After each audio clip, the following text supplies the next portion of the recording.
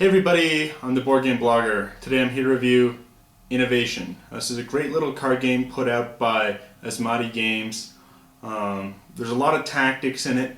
It's really neat. There's not a lot of long-term strategy because there's a lot of luck in sort of the technologies that you are developing. But a great little tactical game. Plays really well, 2 to 4. Plays pretty quick. Got a small rule book. There is no index as such, but the rules are really quick. It's quick enough to skim to find what you need. Rules are very well laid out in this game, and best of all, there's some really well done player aids, double-sided player aids. There's 4 of them, enough for everybody. If you're playing just a 2-player game, you could have both player aids out, sort of double-sided, have one for each side. So it's very easy to quickly get into this game. Some of the concepts to just learn the game initially might be a little difficult, but once you know it, you can pick up the game after not having played for a month or two. You can get right back into the game with these excellent player aids. It's really well done, and it's sort of a civilization type game where you have a bunch of technologies and you're constructing them, and each player has different technologies that they're building and they're focusing on, and then you can invoke that technology or concept to have your society embrace it, and then effects will happen. And so you've got to be careful of what your opponents have, what you're having. What technologies you can develop isn't something you can choose. It's sort of, you draw a card here and it's in your hand. Then you can choose, do I want to develop this or not? But what you're drawing is kind of random. So there's definitely that luck element. Makes the game very replayable. There's not just one set, this is what I can do every time. But there's still a lot of tactics, still a lot of very interesting decisions on when you're playing those cards, what your opponents are doing, how you're trying to defend against it. And it's just a really great tactical game. Goal of the game is to score points and then have achievements. Depending on the number of players, different number of achievements are required to win the game. And I find the game does play very differently with 2 to 4. There's still a great game, but you're just plowing through the ages much quicker in a 4-player game as opposed to a 2-player game. But why don't we take a look at how the game itself actually plays. So here's a basic setup of the board. You've got technologies you can pick from. The directions say you should arrange these sort of in a circle. I find it's just easier to put them in a row like this. Initially, you've got all the decks shuffled, and then you're going to take off a card from each era, from prehistory up through the information age. And there, each game, it's going to be randomly, I've randomly shuffled the decks, and this technology will not be available for use in the game. Rather, it will be used to sort of mark and denote achievements. And there's a lot of information on the card. This is the first age, and then there's this 5 in a circle. It means in order to actually claim the achievement for the first era, prehistory, you'll need to have 5 points scored. First person to do it and then actually claim the achievement will get this. In a 2-player game, you need to have 6 achievements to win. In a 4-player game, it's just 4. So we'll set these off to the side of the board. If we zoom in here, you can see that to score the achievement for the second era is 10 points, for the third era is 15, and it progresses. Additionally, the points you've already scored for the first era don't actually necessarily go away from your score pile. So, once you've achieved one achievement and you've got those points, it's easier to get to the next. You don't have to get the second era achievement, score a whole another 10 points. So here's the player aid. You can put your cards here on the left-hand side for your score pile. Cards on your right-hand side will be in your achievement, and it explains the actions you can do. Each turn you do 2 actions. You can either draw a card, meld a card, which means play it from your hand onto the board. You can achieve, if the conditions are right, that is you have 5 times the points of the age in your score pile, or dogma, which would be execute the action on a card once it's on your board. And on the other side, it's just simply a reference, explains what different actions mean. If the card says to tuck or to splay cards, it denotes the different colors of the cards, different symbols of the cards, and what ages they're available in. So, first turn, everyone's going to start with 2 cards in level 1. Here, we've got 2, and they're both yellow.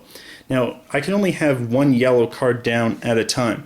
If I had played on my board, if, for instance, I had played a yellow card down here, this is in front of me, and that would be a meld action. If I melded a second yellow card, it would go on top. Now, later on in the game, you can splay cards to either the left or to the right or up, and that nets you more symbols. Now, this is important because however many symbols you're showing enables you to use cards differently. So here, the agriculture, it has this leaf symbol, and so if I executed the dogma, it says you may return a card from your hand. If you do, draw and score a card of value 1 higher than the card you returned. Now, because it's this leaf symbol, anyone who also has as many or more symbols, so if somebody else had 3, or if they had 4 or 5, another player, they would also execute this action if they had 3 or more leaf symbols. So you want to always sort of maintain a numerical superiority in the different symbols. So let's say, for instance, I have 2 actions on the turn. I meld it with this action, and then my next action, I will choose to invoke it. So I will return a card. I take the card of the other one in my hand, put it on the bottom of the deck, and now I draw and score a card of value 1 higher. So it was a 1, I score a 2, and the 2 goes into my score pile. I'm now 3 points away from achieving an achievement. The other player will go, it will be my turn again. I don't have any other cards in my hand, I can't achieve, I can't really invoke the dogma since I don't have any cards to return, so I will draw a card. When you draw a card, you draw from the highest value showing here on your board. So I have a level 1, so I can simply only draw level 1. If agriculture was in fact a level 3 technology, I would draw from the level 3 era. If the 1 pile is exhausted, let's say all the other players have gotten cards from here, I would then draw from a level 2. So I will draw a 1. Okay, this is Code of Laws, and we can see it's purple. So if I chose to meld it, it would not meld on top, but it's a different color, so it would meld in a different location. Now this is good. Now I have 4 symbols of the leaf. So let's say some other player had 3. Now when I invoke agriculture, it will not allow the other player, my opponent, to use it. And that's sort of just how the game works. All the technologies or beliefs, they operate differently. They have unique features. Some or sort of only involve you. Some can sort of almost directly attack your opponent and hurt what they've built up. It's just a really neat game. You're a lot of tactics, a lot of neat decisions on what cards you're going to play when you're going to activate a dogma, when you're going to draw from more cards. Interesting decisions, relatively simple rules. There is a lot of luck in what card you're going to draw into your hand. I think that's a good thing, though. It doesn't really allow for a lot of long-term strategic planning. Saying, oh, I want to develop a specific technology in the Renaissance. That you can't do, but there's a lot in the tactics to make really interesting decisions. You can see the artwork is a little something to be desired. I mean, I like the backing of the cards. It looks great. The front of the cards, little something to be desired. I think it would be really neat if there would have been a quote or sort of some flavor text on each card about the technology. It would allow a lot more sort of education for the game. I think it would make it better for families playing with children. But the game itself is still excellent. It's just, in a future edition, I think it would be really neat to throw on, just a quote about the technology or something brief to really add some educational value to the game beyond as what it is. But it's still an amazing game. Highly recommend this game. Everyone I've played it with really enjoys it, and played it with coworkers, played it with my regular game group, played it with my wife. Everyone likes it just because the rules are simple enough, and just it's a neat mechanism the way the cards interact, and there's very very tough decisions to make. This could lead to analysis paralysis for some people who really like to overthink every decision. This might not be a game for you if you really succumb to analysis paralysis. But I think for most gamers, you're going to love it. I think families will love it. It doesn't have the full educational value the game could have, but it's still interesting. It still sort of shows the progress of time as you go up on the ages. The cards become more and more powerful. And there's some special achievements as well, that when conditions are right, you can achieve those. So you don't only need to score through achievements through the scoring, but you can also achieve special achievements. For instance, this universe one.